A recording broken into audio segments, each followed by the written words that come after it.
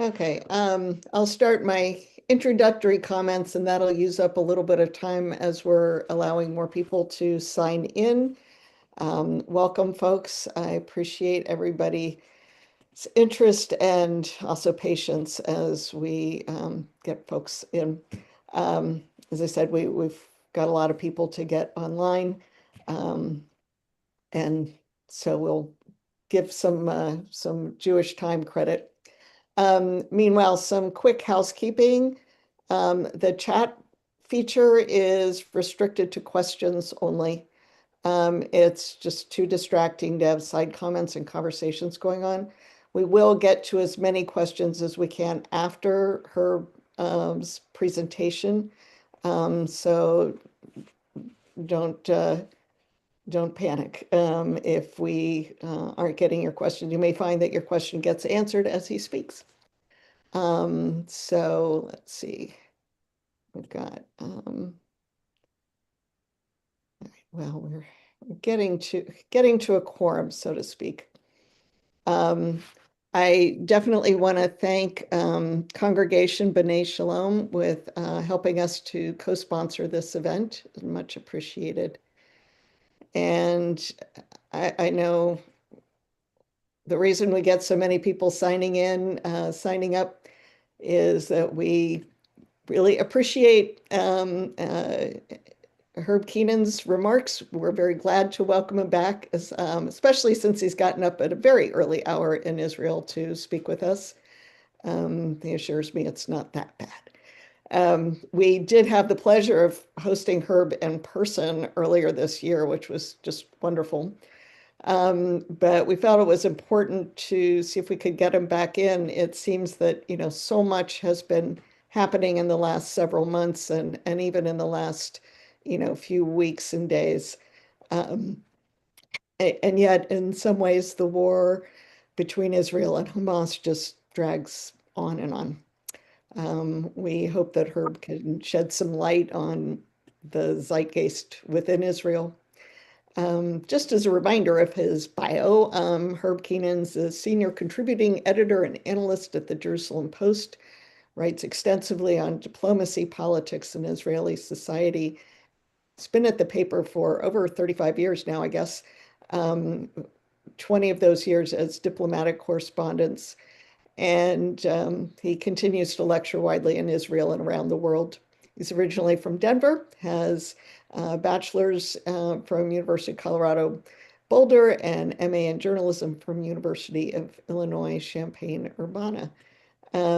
So as our numbers continue to climb here, again, we're keeping everybody muted, including me in a minute. And you're welcome to type in questions in the chat and we will get to them as best we can after after hearing what Herb has to say. So why don't we let you get started, Herb? Thank you. Thank you. Good morning or good evening. Thanks for having me back. Listen, it's interesting because when I first made contact with Riva a couple months ago about doing a Zoom talk, it was right at the beginning of the 12-day war with Iran. And the idea was kind of to look at the war, what it was like, right? What it was like, what happened, what changed in the Middle East, what's the significance going to be going down the line. 2 months later, and that war and its aftermath is hardly even in the news here anymore, completely overtaken by Gaza, where everything started, right, on October 7th, and where everything finally is going to end, at least at some point. After going, completely around the horn, Gaza, Lebanon, Syria, Iran, it's going to come back. It's going to come back to Gaza. But just because no one is talking anymore, few people are talking much anymore about Iran, doesn't mean that we shouldn't just for a few moments. The victory over Iran, and it was a victory, regardless of whether the nuclear program was set back 1 year or 3 years or 10 years, it was a victory. Because it significantly degraded much of Iran's nuclear capabilities. Again, how much is not yet clear, but that it did so is obvious to everyone. It also destroyed much of Iran's ballistic missile capabilities and its missile producing capabilities, which was also pretty significant. But beyond that, right, beyond those two things, I think it showed something significant, and that was that the emperor was naked, right? It exposed Iran, the Islamic Republic, which spread fear throughout the region and in the hearts of many Israelis for so long, and built up a proxy empire poised and designed to destroy Israel. Yes, destroy Israel, something that we thought, is in nobody's mind anymore.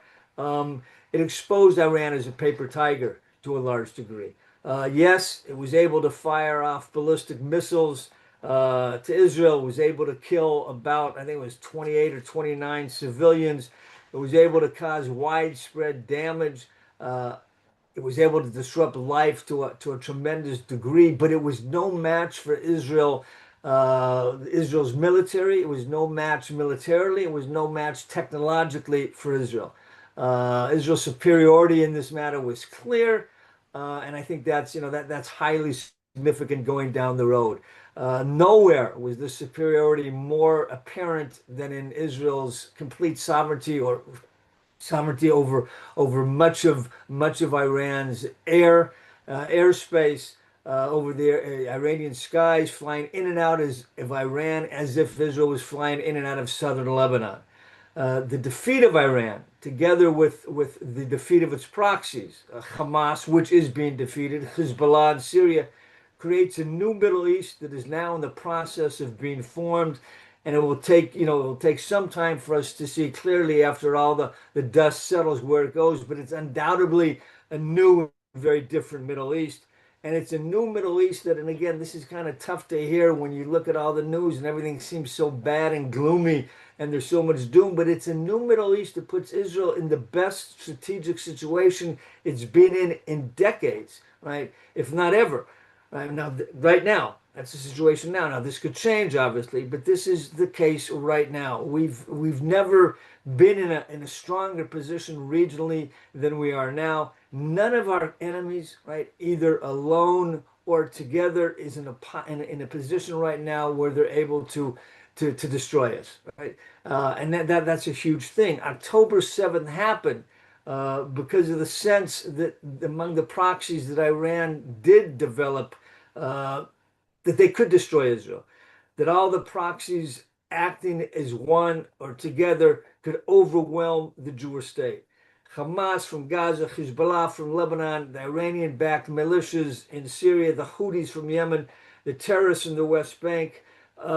Sinwar, Hamas's Yahya Sinwar gummed up the works by jumping the gun. But the plan was there, built up over decades and with billions and billions of Iranian dollars. The plan was there to overwhelm the Jewish state. Now it's no more, and the significance of that on Israel's strategic situation, I think, is something that cannot be overstated, and we need to remind ourselves again as we look at the daily news, which looks so grim as it often does. Doesn't mean that there's no Iranian threat anymore. Obviously not. I mean, yesterday or Monday, we heard some top Iranian officials saying that there was no ceasefire and that the war could erupt again any time. There's been reports in the Israeli press over the last few days of enhanced alerts on Israel's side in anticipation of some kind of revenge attack from Iran, right? I mean, that concern, that fear is still out there. But the overall calculus in the Middle East has Herb, hang on, Herb, we've lost your audio, or was it just me? do you hear me now? Yes, Yeah. we can hear you now. We couldn't for a moment. Okay, sorry. So I'll start from the beginning. No, I'm just kidding. The overall calculus in the Middle East has changed dramatically as a result of Iran's defeat, and it's changed to Israel's benefit. And again, I think that's something that's important to keep in mind. One of the most stark examples of how everything's have changed is Lebanon, where for the first time in recent memory, the central government there is actually trying to assert its sovereignty over its territory and is taking on Hezbollah in a serious manner. We saw something last week that would have been unimaginable before the thousands of beepers exploded in Hezbollah's hands in September. A demand by the government for the Iranian proxy terrorist organization for Hezbollah to disarm. Right? I mean, again, that would have been unthinkable just a few months ago. Let's put that in perspective. Up until a few months ago, Hezbollah had a larger arsenal of weapons than the Lebanese army, which is why Hassan Nasrallah, was the de facto ruler of the country.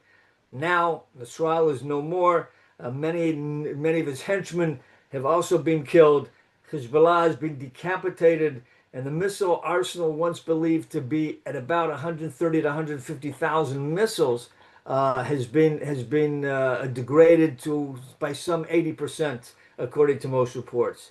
In addition, and more importantly, as importantly, is the unimpeded land transit, right, from Iran through Iraq through Syria into Hezbollah's hands in Lebanon.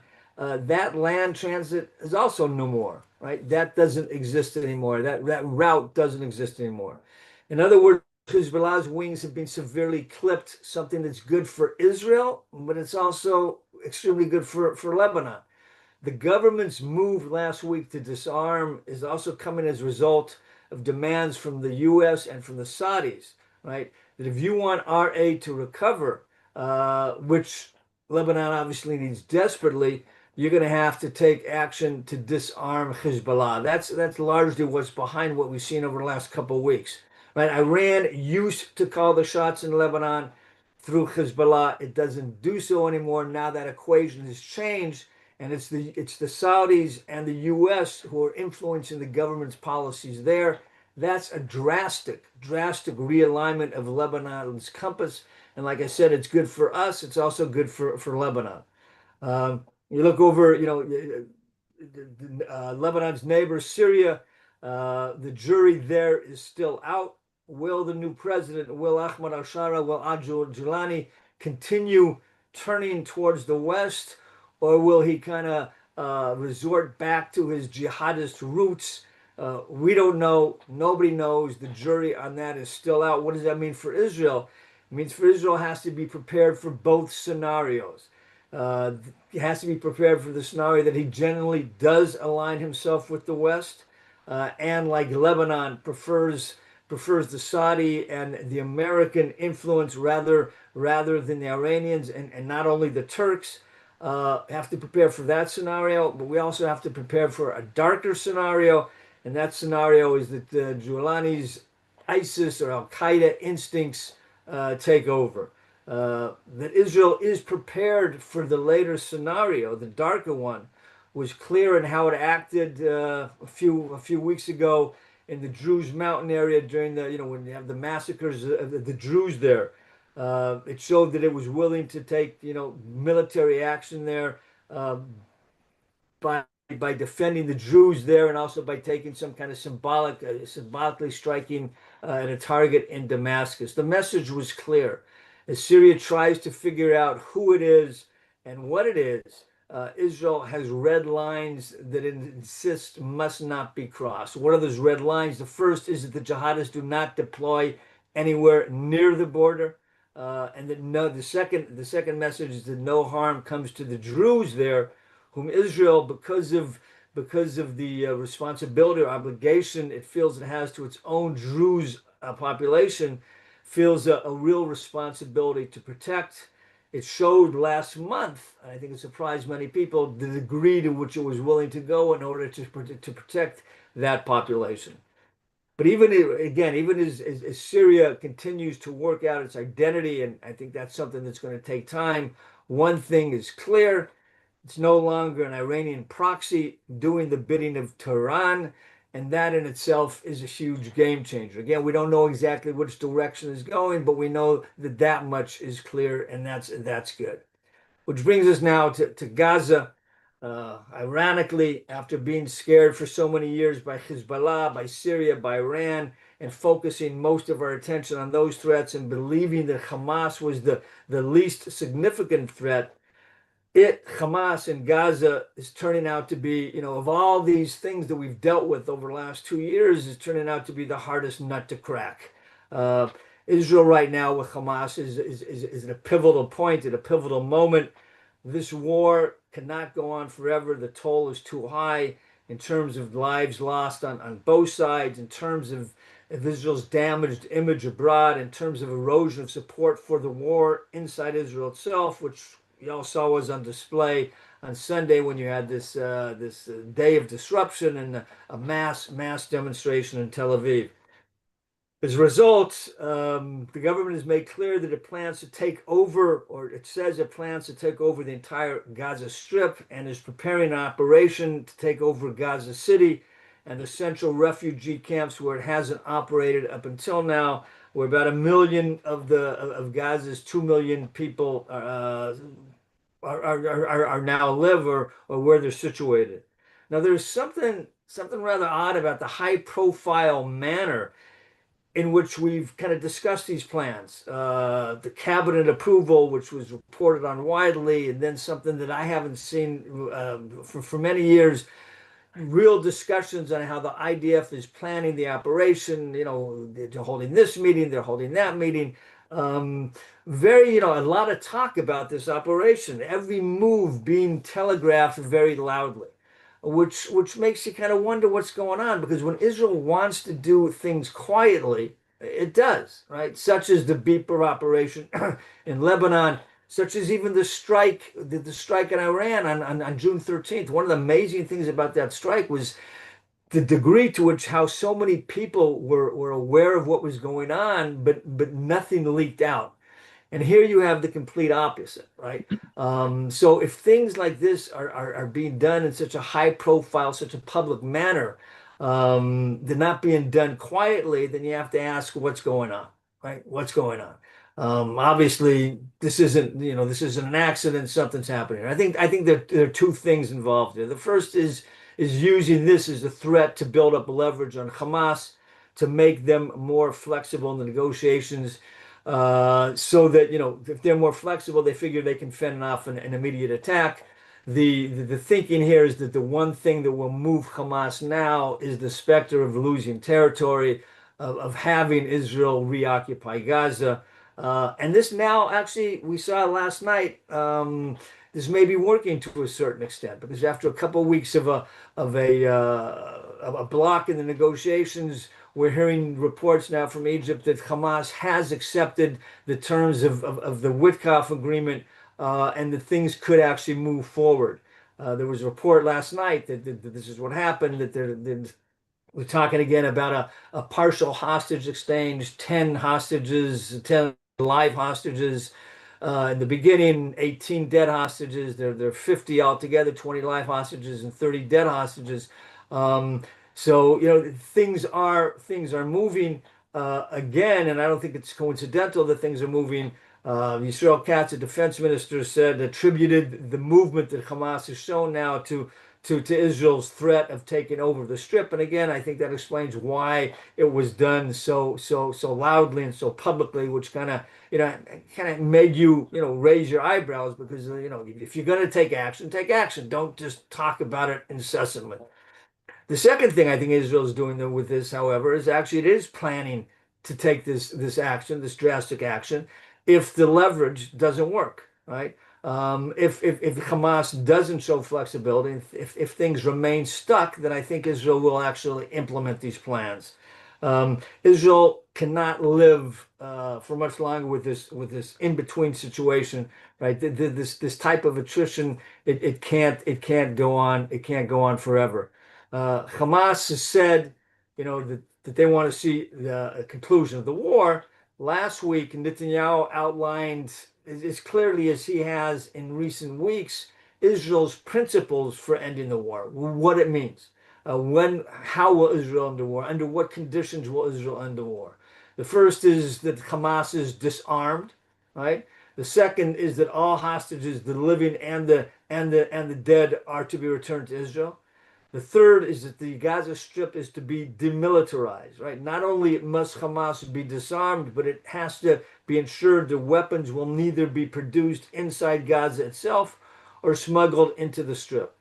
Uh, Fourth condition is that there will be Israeli security control over the Gaza Strip, right? Overriding Israeli security control, including holding on to about a kilometer wide security perimeter. The overriding security control is something that we have in the West Bank, in Yudav Shomron, where Israel, the Palestinian Authority is they run day-to-day affairs, but when it comes to security, Israel continues to have security control there, meaning that if they see something happening, they can go in. That's the same type of situation now that Israel wants to replicate in Gaza.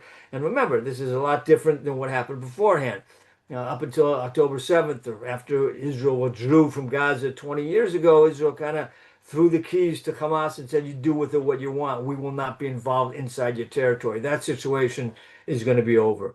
And the fifth condition that Netanyahu laid down was that there will be an alternative civil administration inside Gaza that is neither Hamas nor the Palestinian Authority. And it's going to be made up of people who this is what Netanyahu said needs to happen, will neither educate their children towards terrorism, won't finance terrorism, and won't dispatch terrorists to kill Jews. Again, this is his aspiration. This is what he's hoping to see. I think what was interesting though in that comment when he said what will be the governing authority in in Gaza afterwards is he didn't say that Israel will be the governing authority there afterwards, which I think is significant given the internal pressures he's under by the right wing flank of his government to actually reoccupy and resettle Gaza. Not something that he necessarily wants to do.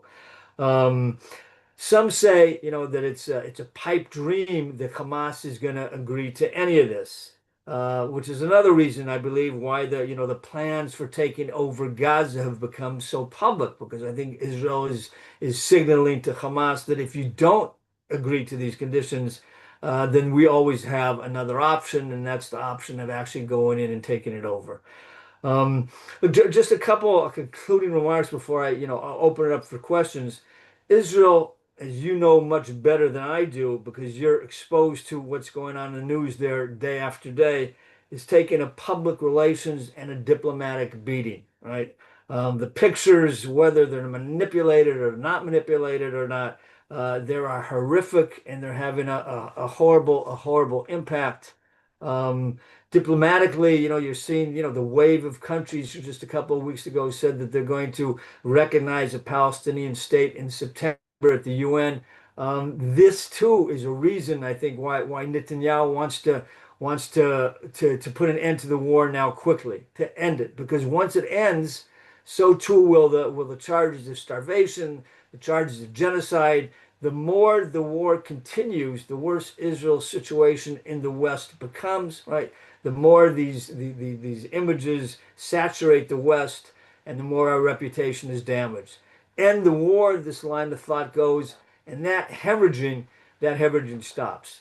Now, there's understandably a great deal of concern about the diplomatic tsunami that has arrived, with people asking, whether or not it is worth it, whether continuing the fight to destroy Hamas in Gaza was worth it, or maybe we should have, stopped a few months ago, because look what's happening to our situation around the world.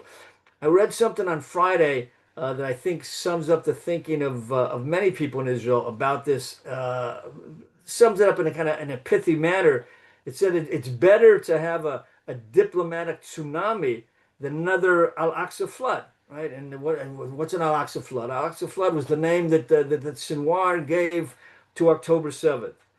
And the only way to ensure that there isn't another Al-Aqsa flood, that there isn't another October 7th, is to strip Hamas of its military capabilities, which Israel has done to a very large degree, and also to strip it of its control of a territory from which they can regroup, recoup, and try to carry out another such attack in the future, right? And this is what Israel has been trying to do. The Allies did not. People say, you're not gonna. What are you gonna keep going until you kill every last Hamas member? Obviously, you can't do that.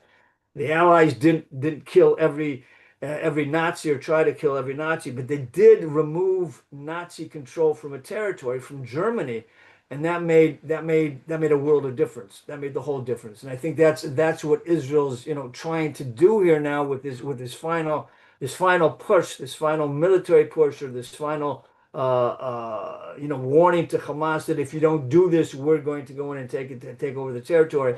Because I think there's a realization that Hamas just cannot have territory, because if it has territory, it can do what it wants, and if it does what it wants, we see what it wants to do.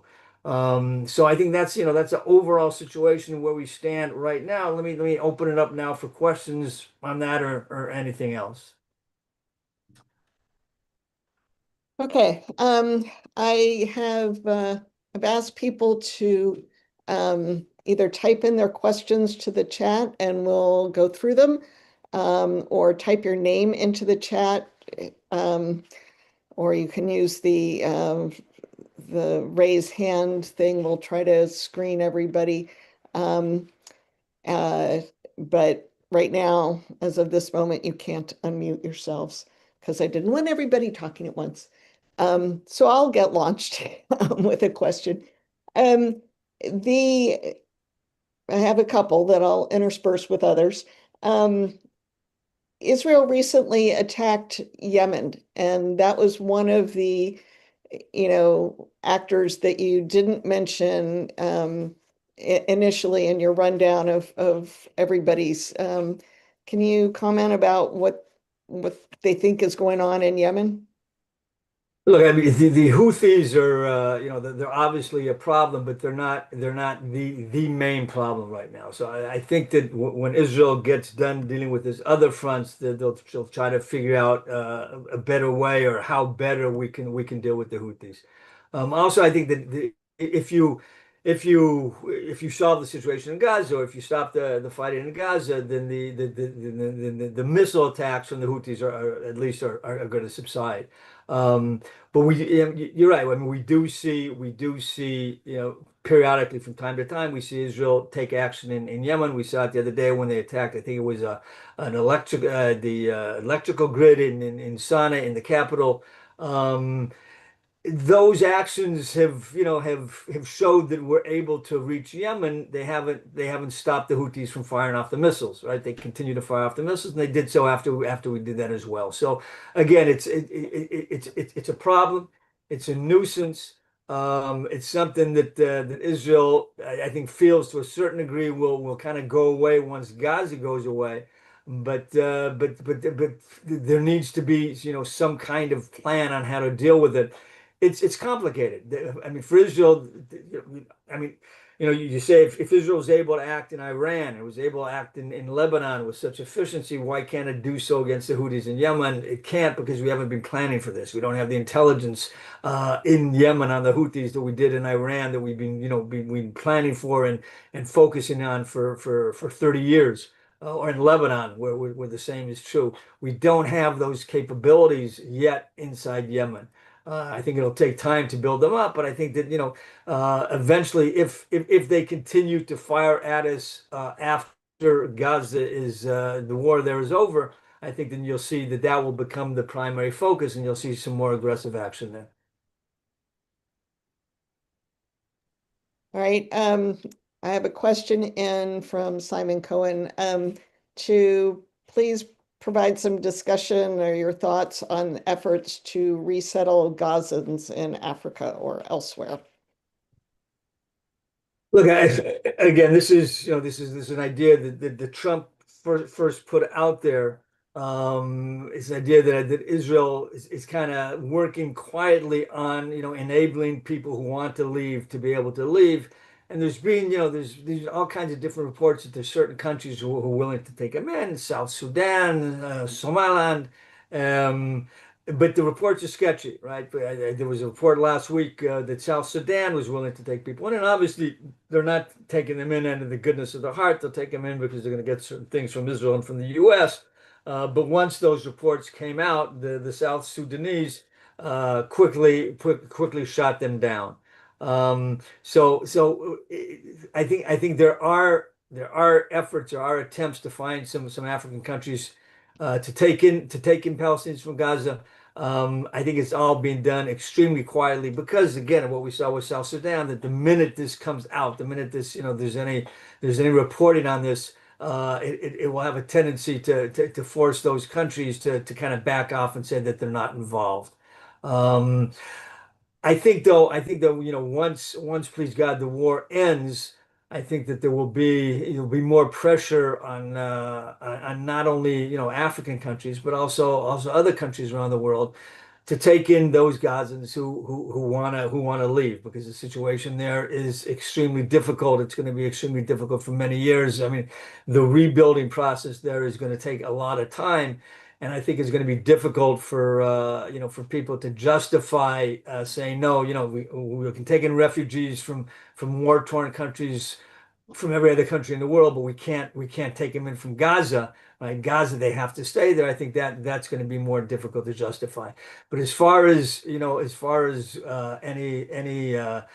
concrete offers from countries to take them in, right now that's none of that's public, and I think it's probably wise that that kind of stuff stays off the radar screen because once it's on the radar screen, it gets shot down.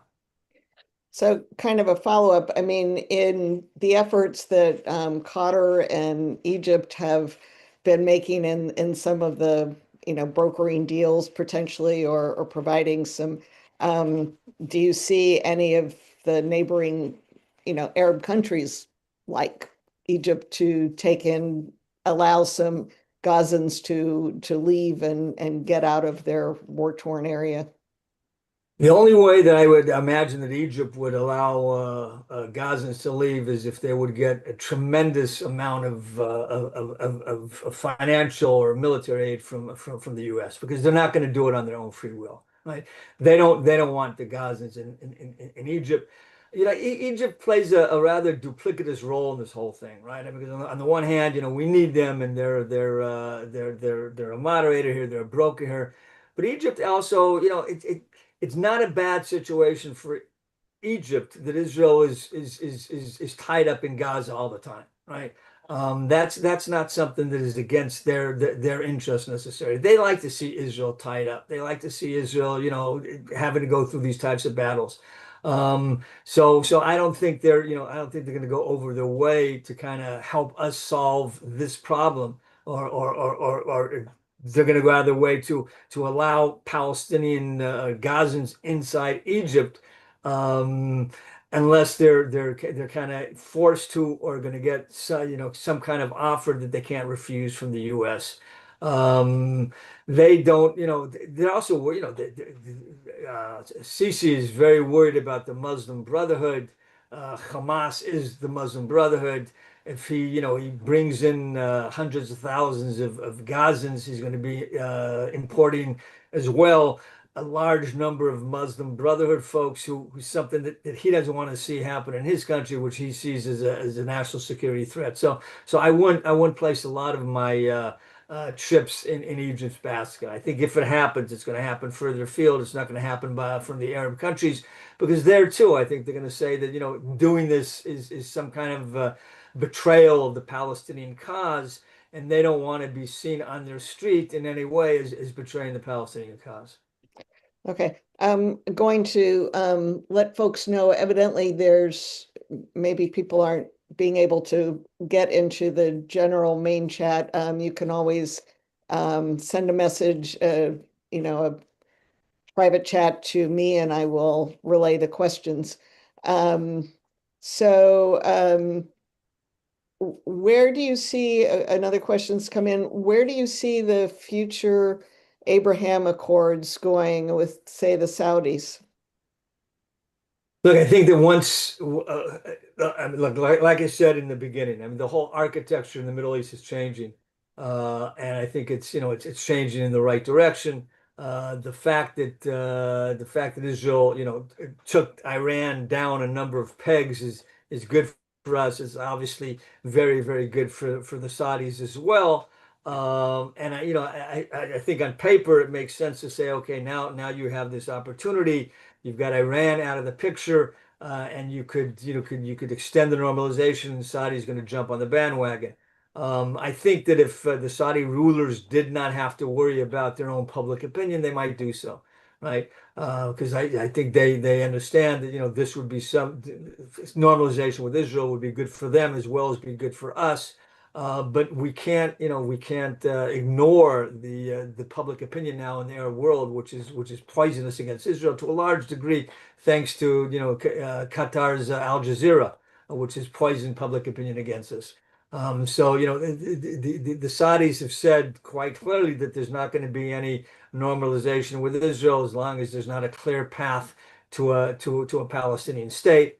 And that's something that's difficult for the Israeli public at this time to accept, right? I mean, the Israeli public, despite what they're saying in Canada, Australia, France, and the UK, the Israeli public is in no mood right now. And this isn't just the right. I think this is the Israeli public, everybody but the hard left realizes that the Palestinian state right now is not something that Israel is going to tolerate. So that's not going to happen. So you've got on one side you've got Saudis saying, well, this can't happen without a Palestinian state. The other side, the Israelis, the Israeli public saying, we're not going to go for a Palestinian state right now. Now, if the Saudis would be happy with some kind of lip service, saying that down the road somewhere there might be a Palestinian state if X, Y, and Z happens. If they're willing to go down that road, then this is something that might happen. But I don't think, again, that's not going to happen with this government. It's not going to happen with Netanyahu. Could it happen with the person who follows Netanyahu?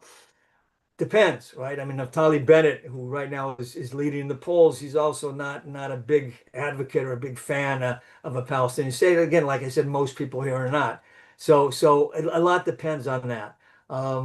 Again, I think there'll be some pressure from the U.S., but I think the Saudi public opinion is going to have a huge impact here. So seeing an Abraham Accords type agreement with Saudi Arabia right now or in the immediate future, I don't see it happening that quickly. Could it happen in 3, 4, 5 years when the dust settles and Gaza begins to be reconstructed somehow? Then it might, but I think we have to be kind of realistic. All right, thank you. And that actually segues into a couple more questions that have come in.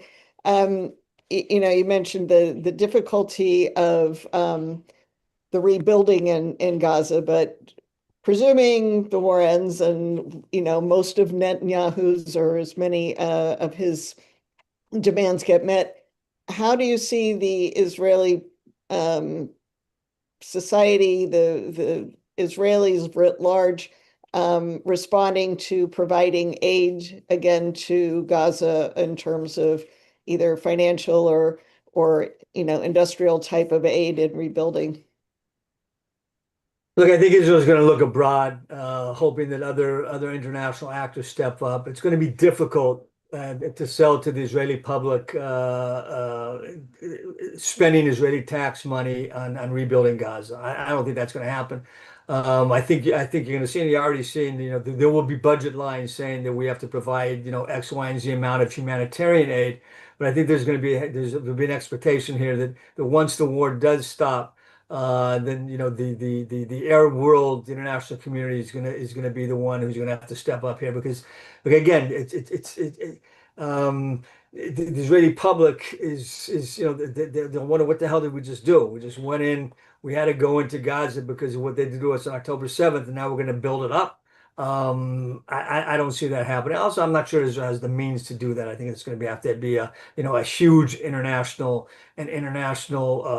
project. And I think I think Israel will sell it to the world by saying, well, you want to make Gaza better, and then help it do so. But so again, I see Israel involved in humanitarian aid, but I don't see Israel involved in the physical reconstruction of Gaza. Okay.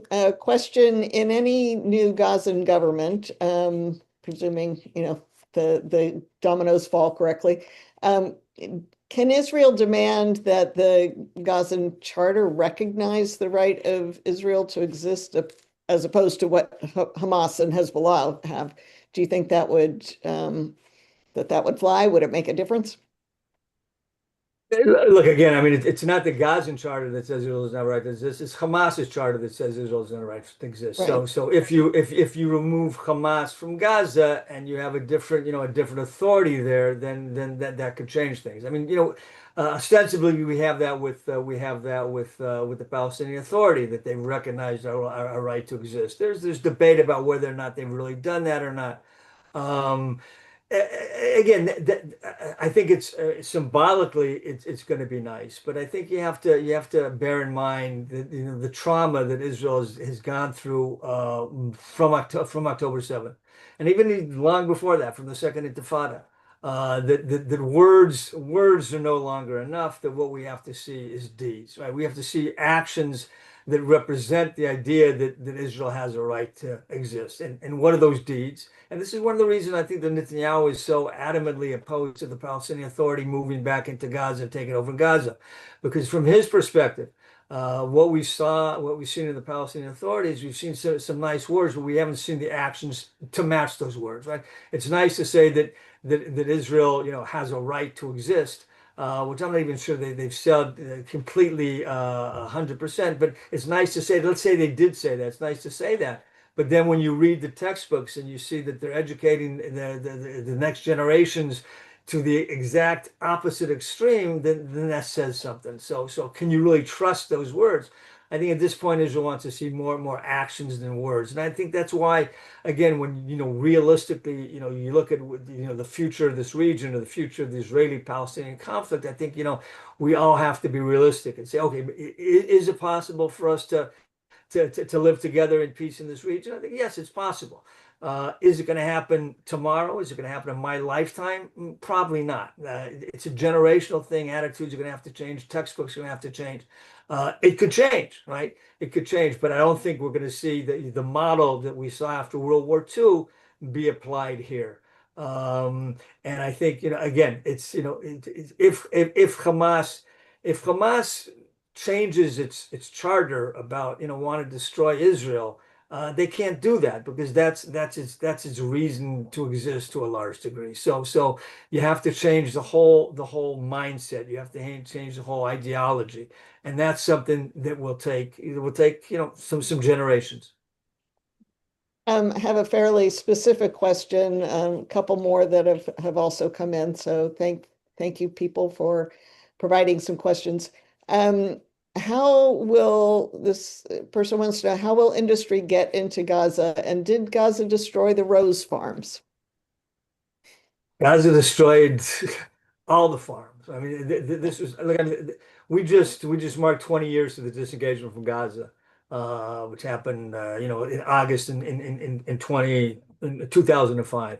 And if you remember back in the disengagement, Israel uprooted all the settlements there. 9,000 settlers took out of there, took all the army out of there. But it left the hothouses. James Wolfenson, at the time, was the head of the International Monetary Fund, and he, insisted that Israel keep the agricultural infrastructure that it developed there, keeps in place so that the Palestinians could use it. Unfortunately, what we saw was that they destroyed it and they set up rocket launchers where those hothouses or those rose beds used to be. So yeah, the short answer is yes, they destroyed it. As far as what was the question about how do you build up the industry? Yeah, but I think it was in terms of the rebuilding. Eileen, Look, you correct me I if think I I'm think wrong. this is going to be tricky because you have to. It's going to have to be supervised by some authority that Israel can trust because what we saw in the past, a lot of stuff went into Gaza from 2005 into 2023, right? I mean, tons and tons of material, concrete, and pipes, and everything. And it wasn't used necessarily to build up Gaza. It was used to develop an arms industry able to fire at Israel. So somebody that you trust, and it's probably going to have to be the Americans, is going to have to oversee this to ensure that all this material to build up Gaza is indeed used to build up Gaza. And not to build a monumental maze of tunnels underneath Gaza, which allows Hamas to attack you. Yeah.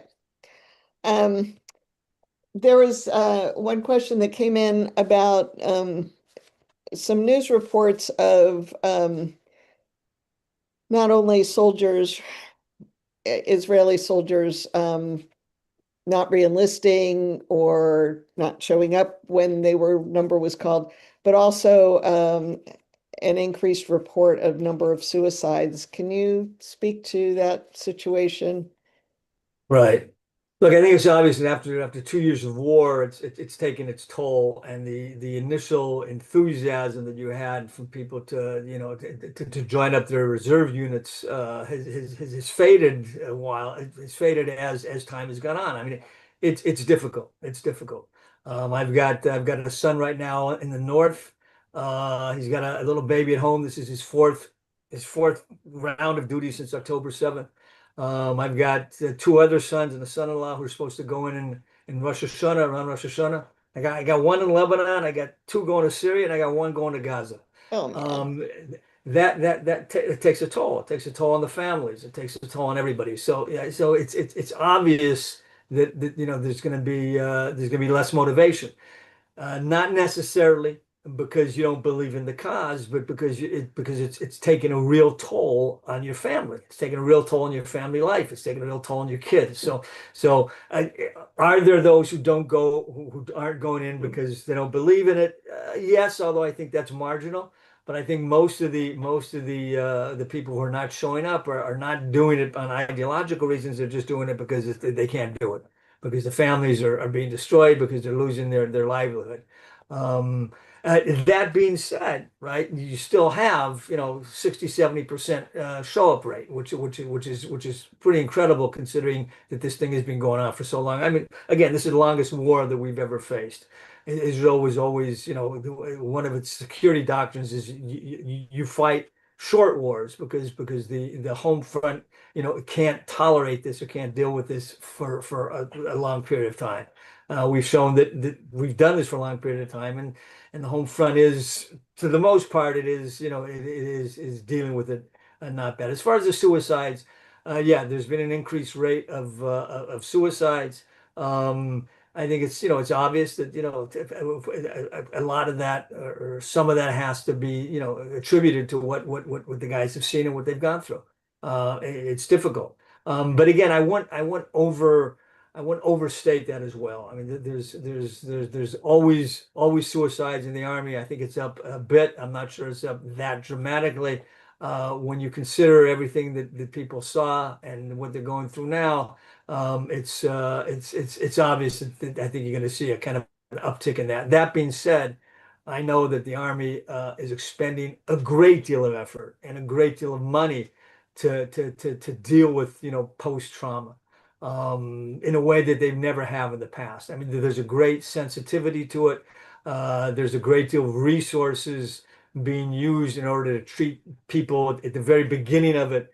Right? It's something that the country is very sensitized to, I think, much more than the past. In the past, in the Six-Day War, after the Yom Kippur War, this was kind of a taboo subject. It's not at all taboo today, and I know that thousands and thousands of soldiers and reservists have turned to authorities in order to get help before things spiral out of control. So, is it an issue? Again, this has been a difficult war. A lot of people have done difficult things and seen difficult things and smelled difficult things and heard difficult things, and that has an impact.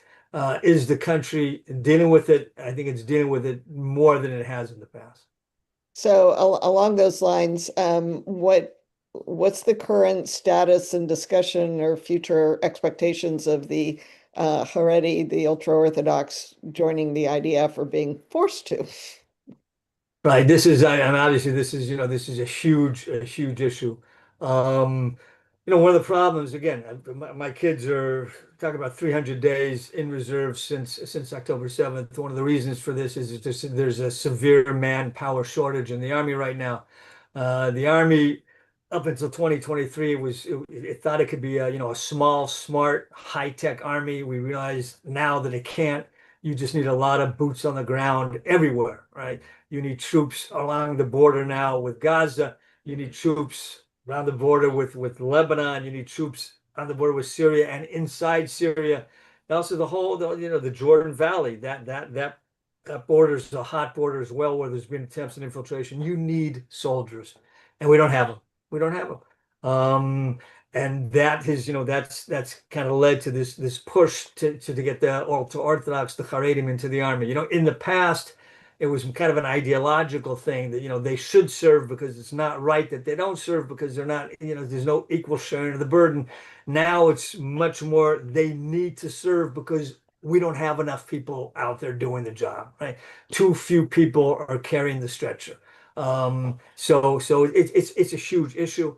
Personally, I think I think the situation is going to change because it has to change because Israel can't afford the luxury, right? Of when it's short 10,000 soldiers, as the army is saying, it can't allow the luxury of allowing 13,000 ultra Orthodox each year to get an exemption. It can't afford that. It can't afford, by the way, to give exemptions to non-Haredim as well. There's thousands of non-Haredim who also get exemptions for various reasons, psychological. People use the system. That too has to change. But the Haredi issue is obviously a huge issue. I think it's going to change because it has to change. So the question is, how is it going to change?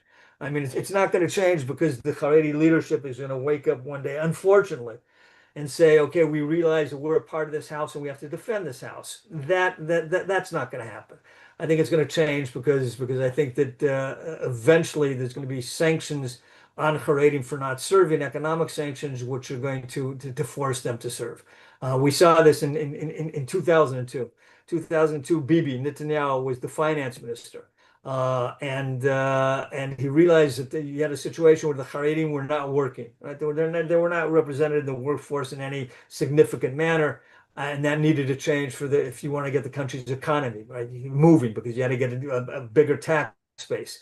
So what did he do? He did something that was actually revolutionary. At that time, everybody got child allowances, and the child allowances were relatively large, right? Can't remember what they were, but if you had maybe 1,000 shekels a month per kid.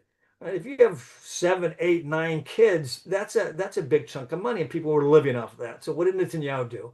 Netanyahu came in and he cut the child allowances, and he did it significantly.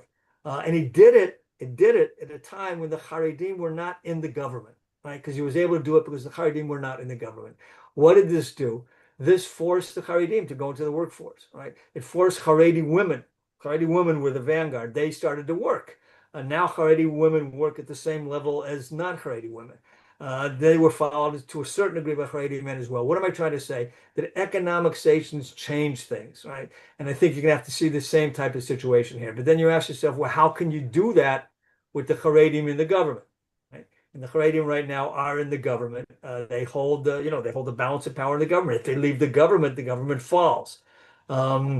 But let's keep in mind that there has to be elections by next October, right? Next October, you have to have elections by October 2026. My reading of the situation, I could be wrong, but this is how I read it, is that in the next elections, you'll have a situation where the Haredim will not be in the government. Okay, I think this will be one of the major issues.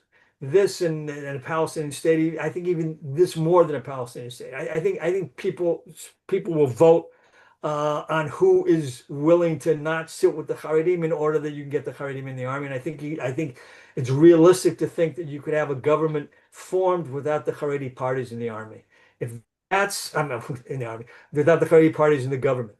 If that's the case, then I think it's realistic to think that you're going to have real biting sanctions on the Haredim that will force more and more to go into the army. So again, I think the situation is changing.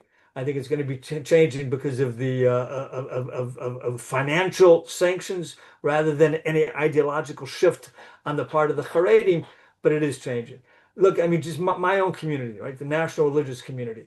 If you look at what the national religious community feels now about Haredim not going into the army, you see a sea change from before October 7th, right? Because before October 7th, if in the national religious community there was a certain understanding to this whole idea that the Torah learning is extremely important, it's a value, and you have to have people doing it. After October 7th, I think more and more people realize, yes, it's a value, but without being able to physically protect yourself, right? Then you're not going to be able to have Torah learning anyhow, right? There is a value in defending yourself, in defending your home, and that everybody has to do it. If everybody's living in the home, then everybody has to take part in defending the home. That is something that's changed enormously among the national religious community, who are among the most articulate, or the most loud, vocal out there, pushing for Haredi enlistment, largely, or also to a certain extent, because they're bearing so much of the burden. And the national religious community are vastly overrepresented in the number of guys who are going into Miloim and into reserve duties, doing the combat service, and also those who have died. So there's the idea that well, some people don't have to do it because they're studying Torah, is something that at least for this community, I think is an idea whose time has passed. There's also, just let me just one other quick remark on this issue. I think the penny dropped for many people as well. And that is, if up until now the Haredi argument has been that studying Torah protects the nation as well, and I think that's something that some people could have empathized with or sympathized with in the past. I think what we've seen now, since October 7th, is that the main reason for the objection of the Haredim to serve in the army is not that. It's rather that they're afraid that if they send their guys into the army, they're going to come out non-Haredi, right? They're afraid that you send your Haredi son into the army, he's going to come out and he's not going to be ultra Orthodox anymore. That's the primary concern, and it's a legitimate concern. It's a legitimate concern, right? I mean, they want their sons and daughters, or their sons in this case, to come out as they went in. So the army is going to have to adjust as well. They're going to have to set up completely separate units, which give them the ability to live their lifestyle they want to do. Now, in the past, the army hasn't really pressed on this issue because that's a headache. It's a headache to run in two different armies. One army with kosher food and another army with mahajans. Really kosher food.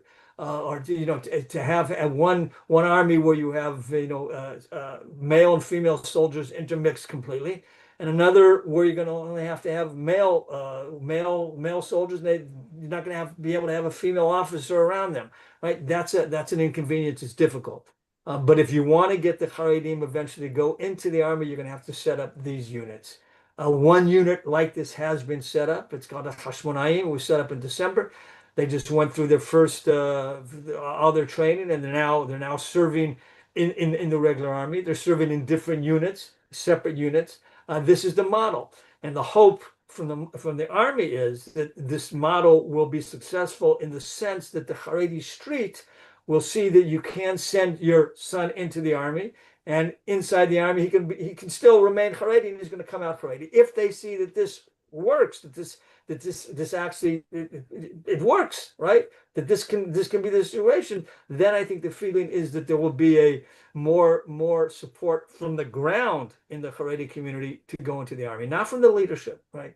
Not from leadership. I don't think there's much expectation or hope that the Haredi politicians or the Haredi rabbis are going to put their stamp of approval on this. But I think the hope is that people on the street will see it, because again, you have to differentiate between the Haredi political leadership and even the rabbinic leadership and the street. The street feel a part of this country to a large degree. They're becoming more and more integrated.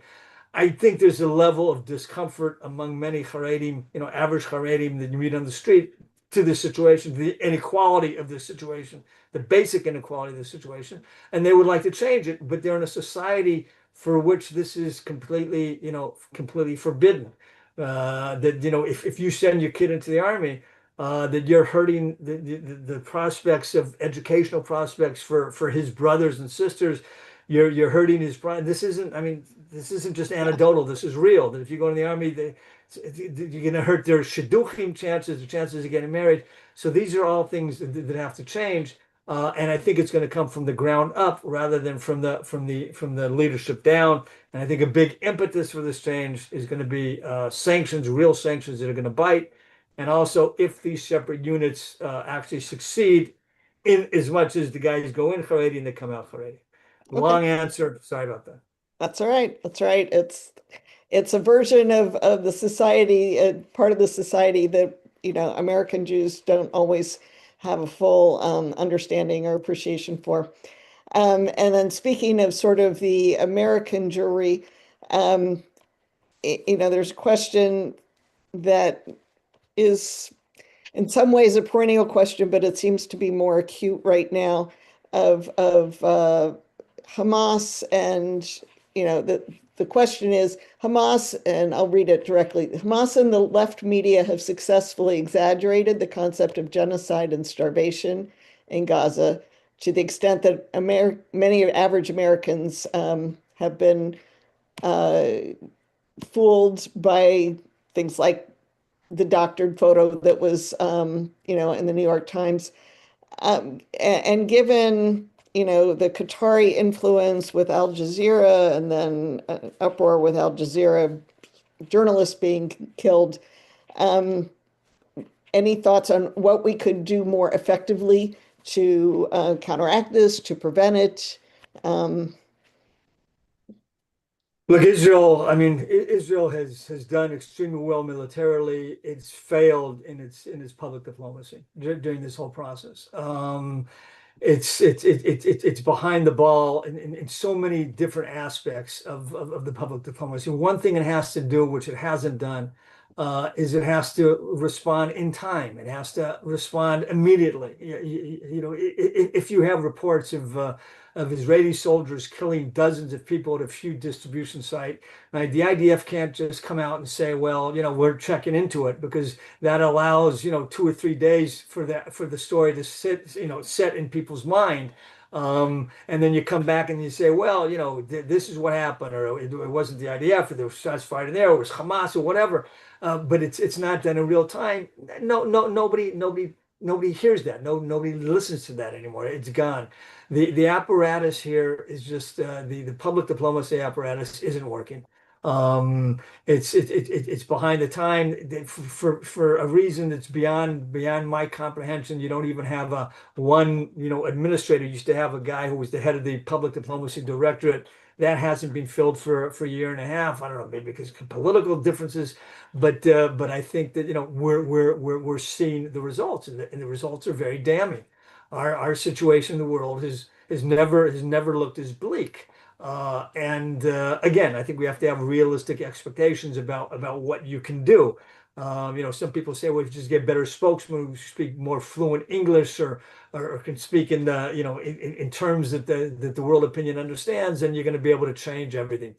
I think that's kind of overwrought. I mean, I personally don't think Israel's ever had a more articulate spokesman for its policies than Netanyahu. But people aren't buying it, right? They're not buying his argument, not because he can't articulate that argument, but because they're not buying the argument. I think Israel has to readjust. I'm not sure that the penny has dropped here, or dropped fast enough. The degree to which these images and these accusations do penetrate into people's minds abroad. I think there was a certain sense, well, this too will pass. We've gone through this before. I don't think we've gone through anything like this before, to this degree. Right? I mean, we've gotten bad press in the past, but not to this degree.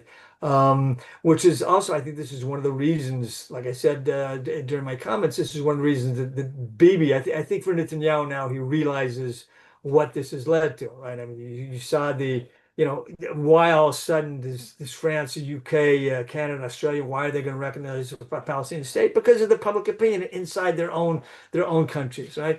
I think this is something now that Netanyahu realizes, which is one of the reasons that he went ahead with this surge of humanitarian aid into Gaza, because he realized how damaging this was to Israel's standing in the world.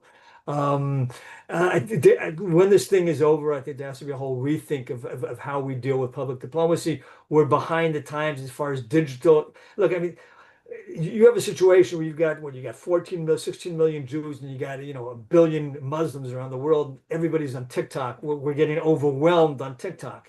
We're getting overwhelmed in the social media, which is even more important, by the way, than a than a bad editorial in the New York Times. And we haven't responded or figured out how to respond in kind. I think this is something, just as Israel was able to figure out how to deflect missiles coming in from Iran, it's going to have to try to figure out how to deal with the bots that are flooding the social media. Um, that being said, there's no one silver bullet. There's no golden bullet that's going to solve the situation. But I think much more emphasis has to be put on this as we see, right, the degree to which this is hurting us badly. Yeah. Yeah. I mean, I think if it gets to that point where things really are turning the corner, having the is because even I, following up with this other person's question, even I've seen these wildly different um, reports of, is it Arab mobs coming to the food distribution points? Is it simply that they're being overwhelmed by starving people? And where does Hamas fall into that? So yeah, I think you're right that there's just the social media aspect of it has been extensive, and there's a lot of people that look for the easy hat statements and unable to see nuance. But Um, one thing we have to do though is we have to respond immediately. Immediately. You can't let these stories sit for days because then they set and then you lose. yeah, there's a great quote by Jonathan Swift of, the lie gets halfway around the world before truth has put their shoes on. Right. Yeah. Um, all right. Any other questions coming up? I haven't gotten any other on chat. Riva, how are you doing with, you've gotten questions? I'm sorry. I was asking, have you been getting any questions or feedback that we can? Okay, all right. Calling once, calling twice. And otherwise, we'll let Herb go have his next cup of coffee. Um, thank you again. As always, we all learn so much, and have uh, there's uh, there's no substitute for getting the man on the street and the man in the know opinion. So thank you very much. Thank you to Thank everybody who you. signed in. And again, thanks to B'nai Shalom for helping us out. And yeah, with that.